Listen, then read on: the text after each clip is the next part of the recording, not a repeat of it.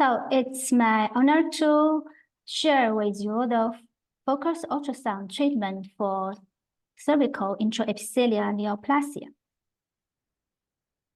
And I will give my presentation from these two aspects. The first is the characteristics of focused ultrasound treatment. And the second is the clinical applications of focused ultrasound in cervical disease. So, not like the tumor system, focused ultrasound for cervical disease has the following characteristics. It adopts ultra-short focusing transducer with a treatment depth of about 3 to 6 millimeters, and the focal region is very small, with a long axis of about 3 to 4 millimeters. And when treating, the therapeutic ultrasound-specific couplant are used. And there's no smoke during the treatment, no ionizing radiation, and no respiratory effects on the operator. Since the normal tissue structure and functions are not affected after treatment, it can be treated again if the disease recurs. As we know, focused ultrasound has good penetrability and energy deposition, which can directly deposit the energy into the deep tissue lesion through the epidermis or epithelial lesion. Due to the different sensitivity of different tissues and cells to ultrasound, under the appropriate dose, the diseased cells, tissues, and pathogens will be destroyed first, and normal tissues will relatively unaffected. So therefore, focused ultrasound therapy can treat the disease while maintaining the normal structures and functions of the tissue to the maximum extent. This is what we call the selective distraction of ultrasound here. And after ultrasound treatment, microcirculation and peripheral nerve functions can be improved, and the vaginal microecology and the immune environment can also be improved, promoting further removal of pathogens. That's why high-focus ultrasound treatment is effective and the recurrence rate is known. So the damage degree of ultrasound treatment is closely related to time and output power. These images show the ultrasound damage of beef liver in vitro. In fixed point scanning, the longer the scanning time, the greater the damage. But we can say that the depth of these injuries does not increase with time. So in the treatment, we don't have to worry about too much damage to the deep tissue. It is safe and controllable. And in clinical application, we often use the linear scanning, which can make the energy evenly distributed in the treatment area. According to different disease and the different treatment purpose, operators choose different treatment parameters and sonication methods. At present, the focused ultrasound treatment equipment used in clinical practice is independently developed and produced by China and is used for gynecological outpatient operating room. The scope of application includes chronic cervicitis, cervical human papillomavirus infection, and squamous intraepithelial neoplasia, vival white lesions, and vival intraepithelial squamous lesions, and condyloma accumulator. The device consists of a main engine and 2 treatment gowns, one for the cervix and one for the vulva. Now, we'll focus on the clinical application of focused ultrasound in cervical disease. As people's awareness of cervical cancer prevention gradually increases, the clinical application of focused ultrasound in cervical HPV infection and the CIN is also increasing. There have been over 100 relevant papers to date, and more than 8,000 patients were involved since 2007. These are some data from the literatures. We can say that focused ultrasound can be used to treat not only low-grade squamous intraepithelial lesions, but also high-grade lesions. The negative conversion rate of HPV are from 70 to 94%, and the effect rate for low cell are about more than 90%. Now, let me give you a brief introduction to the treatment process. Cervical treatment is usually performed in 3 to 7 days after menstruation has cleared. The treated area is 2 millimeters beyond the lesion area. Circular scanning or linear scanning can be used both okay. The sonication speed is recommended to be 5 to 10 millimeters per second, and the speed is adjusted according to the response of the cervical tissues and the pain perception of the patient. The slower the scanning speed, the faster the energy deposition, and vice versa. There's no need to use anesthesia for cervical treatment. Patients may experience mild distension pain, which most patients can tolerate. Of course, the appropriate anesthesia method can also be adopted according to the hospital condition and the needs of the patient.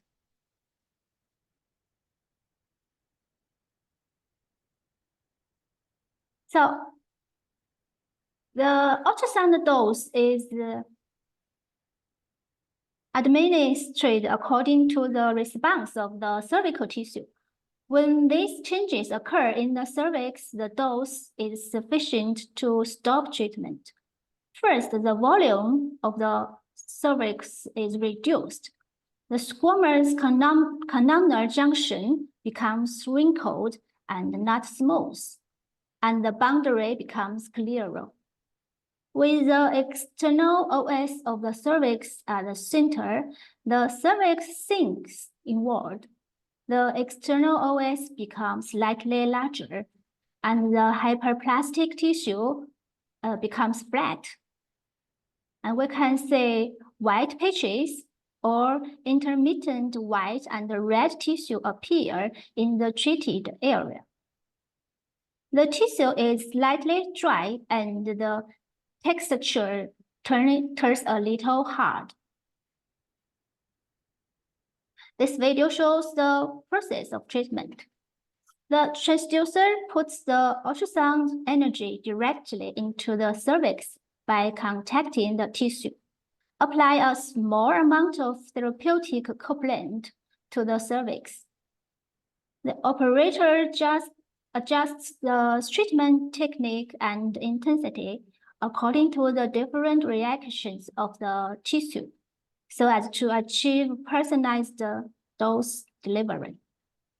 The cervical treatment time is very short, and the sonication time is usually within 3 to 5 millimeters.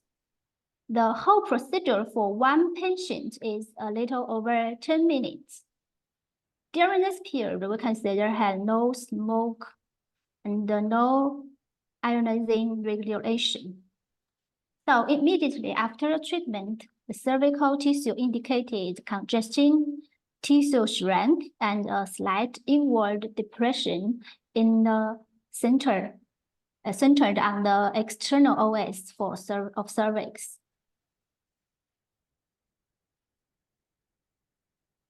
The management after treatment is similar to other physical therapy methods.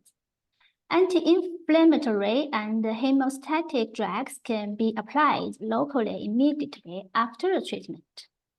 Keep the perineum clear and refrain from sexual intercourse and vaginal irrigation for 2 months after treatment.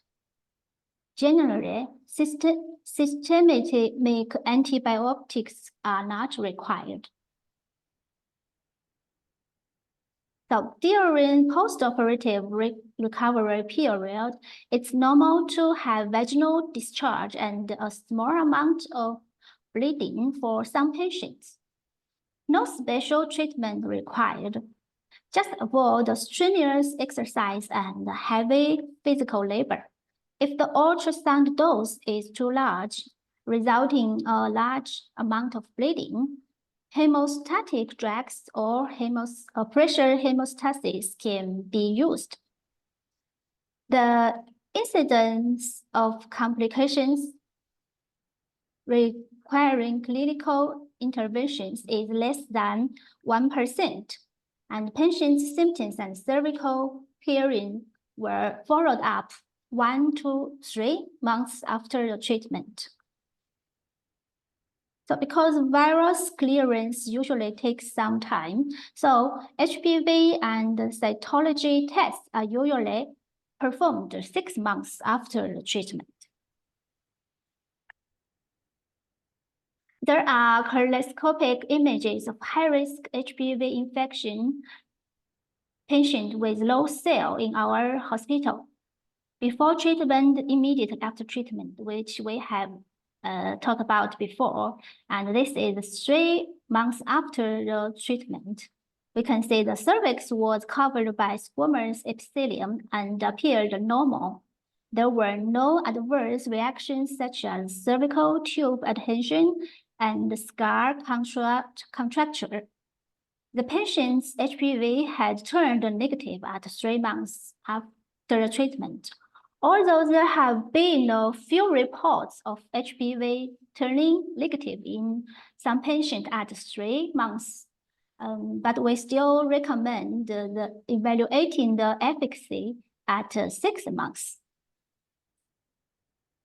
These are correloscopic images of CIN2 patients before and after treatment in a literature published by the affiliated hospital of North Sichuan Medical College.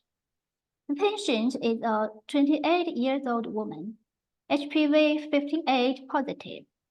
The cervix was covered by squamous epithelium 6 months after treatment.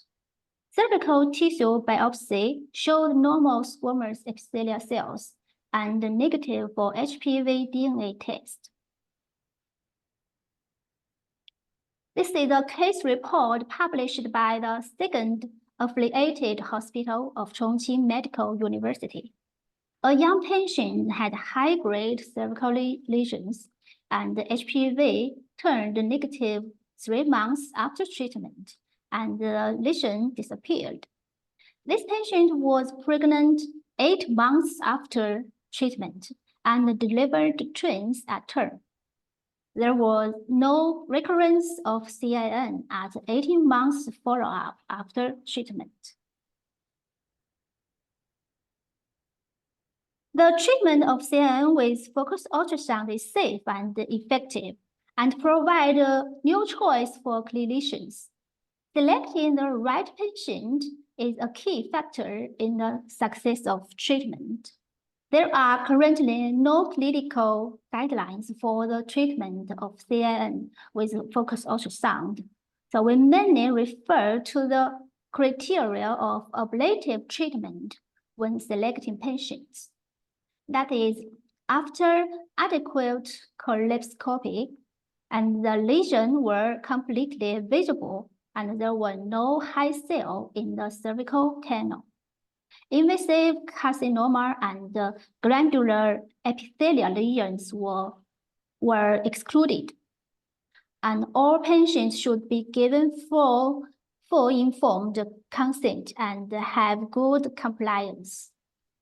Due to the good protective effect of ultrasound treatment on cervical tissue and no adverse effect on fertility, it is mostly used in clinical treatment for young patients with fertility requirements. However, the therapeutic principle and operating process of focused ultrasound is not the same as that of other ablative treatments. It is worth thinking about whether the inclusion and exclusion criteria for ablative therapy are fully applicable to high-focus ultrasound therapy. It is still necessary for more clinicians to invest in the study of focused ultrasound so as to develop specific clinical standards to treat cervical intraepithelial neoplasia. And there are some basic research on focused ultrasound. A study of the effects of low-intensity ultrasound irradiation on cervical cancer cells and the related mechanism of cell death show that the apoptosis rate at 6 hours, 12 hours, and 24 hours after ultrasound treatment was significantly increased compared with untreated cells. And cervical cancer cells were more sensitive to ultrasound irradiation and more susceptible to kill than normal cells. It shows that the selective effect of ultrasound on tissue cells, which we have mentioned before. Another study showed in 154 patients with CIN, the ERAP1 expression was increased in cervical tissue after ultrasound treatment. IgA and IL-10 in vaginal lavage fluid were significantly decreased. It is suggested that ultrasound can not only directly treat lesions, but also improve the local immune environment of the cervix. And this study was to investigate the clinical efficacy and the possible mechanism of ultrasound treatment for CIN1. It was found that the expression of P16 and Ki67 was down-regulated, and the expression of FAS was increased 3 months after treatment, indicating that the focused ultrasound can regulate cell proliferation and promoting cell apoptosis. Most patients with cervical disease have vaginal flora disorders. The study, which includes 37 patients with low cell, showed that the vaginal microbial diversity was decreased after ultrasound treatment, thereby promoting the restoration of vaginal flora. So in all, focused ultrasound therapy has significant efficacy, safety, no ionizing radiation, smoke pollution, and does not affect fertility and is worth of clinical promotion. At present, there are no clinical guidelines for the treatment of CIN with focused ultrasound, and the treatment still depends on personal experience and the technical level of the operators. We have seen the value of focused ultrasound in preventing cervical cancer, but the high quality and the multi-center clinical trials are the direction of future research. So that's what I want to share with you today. Thank you.